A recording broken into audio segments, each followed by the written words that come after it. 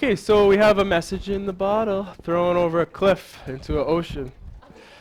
Okay, now this, if you look back in your notes, this is the type 1. Why is this one type 1, you guys? Pushed what? Good. Pushed horizontally. There's only a horizontal motion initially. Okay? That's critical. This tells you that it's type 1. So the first piece of information you should always jot down on a type 1 projectile is that the Vy initially is 0. And then of course gravity starts to get into the action, and what's going to happen in the downward direction? The speeds are going to increase. Now horizontally, the speed does what? Stays the same. Excellent. So your horizontal arrows stay the same, and your vertical arrows gradually get larger. Okay? Now they're going to give us a bunch of information. This initial speed here of 8 meters per second, you're going to put a Vx next to it. You're going to be very diligent with your notation because you're going to get confused. Sometimes you're working on this new step, you forget what this old step was. Even Hamza there, he's a smart young man. On the next question, he had mixed up which numbers he put in. So mistakes can happen. If you're diligent with your notation, there's a less chances for that. Now the bottle hits the water 15 meters from the base. So is that a dx or a dy? 15 from the base. Good, that's a dx. So look at that. You have a dx and you have a vx. Those always go together. Dx equals vx times time. D equals vt. Okay? We want to solve for the time, so divide out the vx. And right away you're going to get the time, 15 over 8. And it should be close to 2. 1.875 seconds for the time. Time is usually what's going to unlock the rest of the problem. Okay? Once we have time, then we can jump into other parts of the question. Okay? Like for example, determine the height of the cliff. Well, what is the height of the cliff? Let me change color. Is it a dx or a dy? It's a dy. So in order to talk about dy, you have to use Vy, right? And the time is consistent for both. Okay? When you jump into dy, what's the other thing that you have to take into account for? Because it's vertical. Gravity. So your formula from the kinematics section that involve acceleration, Vy times t plus a 1/2, and here it's at squared, but we know it's gravity, so we can put gt squared. And this is always going to happen with these horizontal types. That Viy is 0. So this whole term is kaput. Dy equals 1/2 gt squared. We know the time from, in this section, you don't have to worry about the negative. And the time was 1.875. You're going to pump that in, and you should get the distance vertically, okay? I think it's 17. Any questions on that? That's so predictable, okay? And but it is predictable, and like if you think about it from like a test writing perspective, you're like, I could memorize the structure of that. But more importantly, is do you understand this notion of vector components? Gravity is an upward, downward vector. So it can only go with upward, downward velocity vectors. Okay? So the upward, downward velocity vector is changing, but the horizontal vector is not changing at all. And since it's not changing at all, you only have to use the constant motion formula. Okay, so that's critical for understanding. Let's jump into number 9. Let's try a harder one. Yeah, number 9 is type 2. Very good. And that's kind of why I would demo both. Do one with type 1, and now let's do one of type 2. And a type 2 is just going to be a projectile fired up in the air at an angle. Okay, so you can start with that. It's fired at a speed of 20 meters per second upwards at an angle of 53 degrees relative to the horizontal. So imagine your arm is a cannon. Put your arm up in the air and blast, right? You're going to shoot a bullet up in the air like this. Okay? That velocity that they gave you, that's the velocity of the projectile, okay? So you can draw that. It's 20. Of course, in order to talk about that 20, we have to talk about what?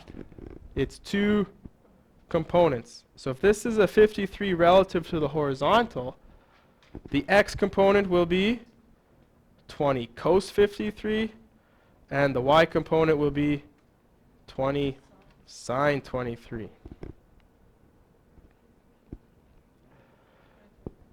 So notice, yeah, thank you. 53.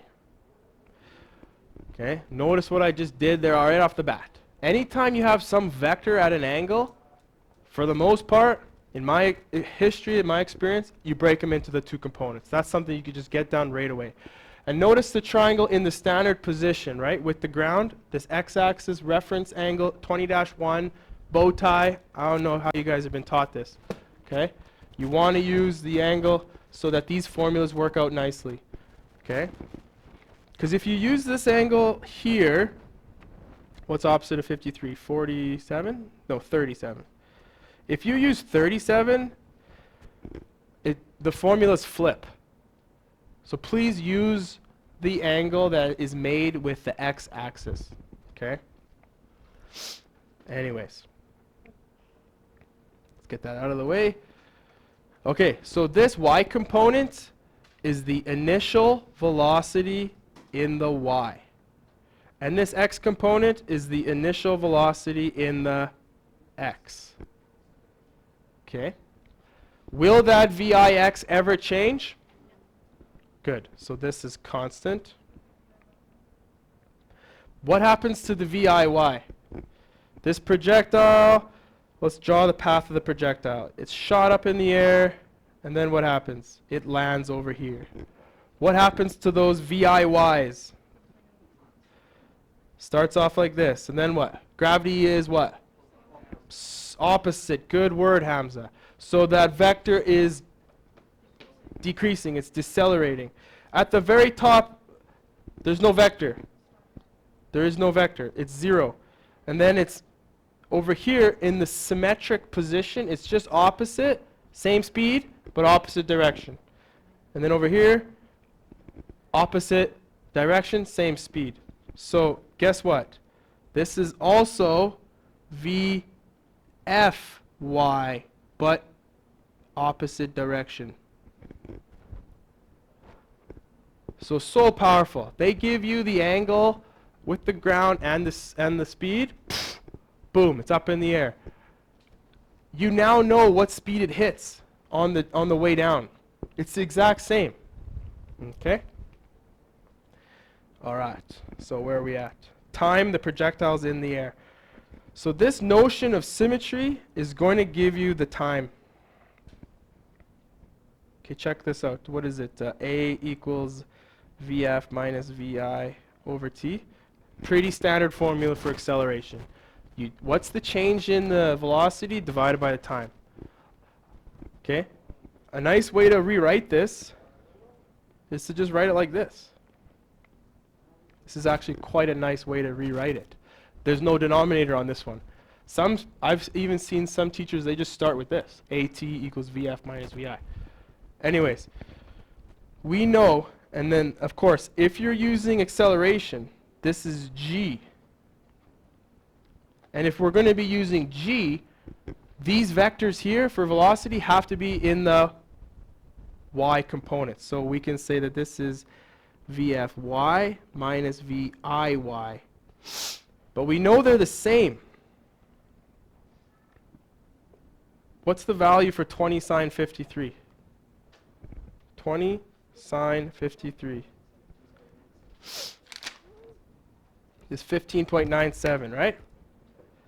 So VIY is 15.97 and VFY is negative 15.97. That's so crucial because otherwise you'll never be able to get the t.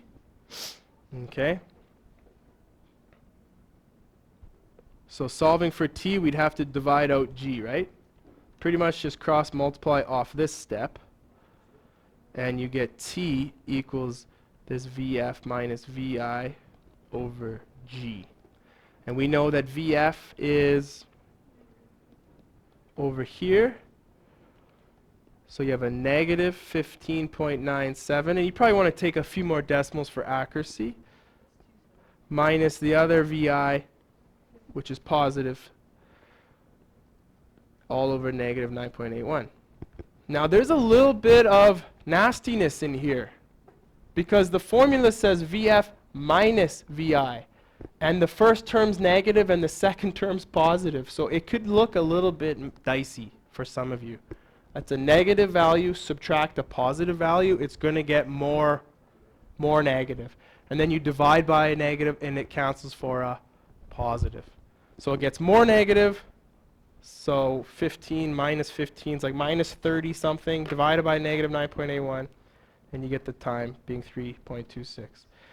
And then you're pretty much off to the races once you get the time.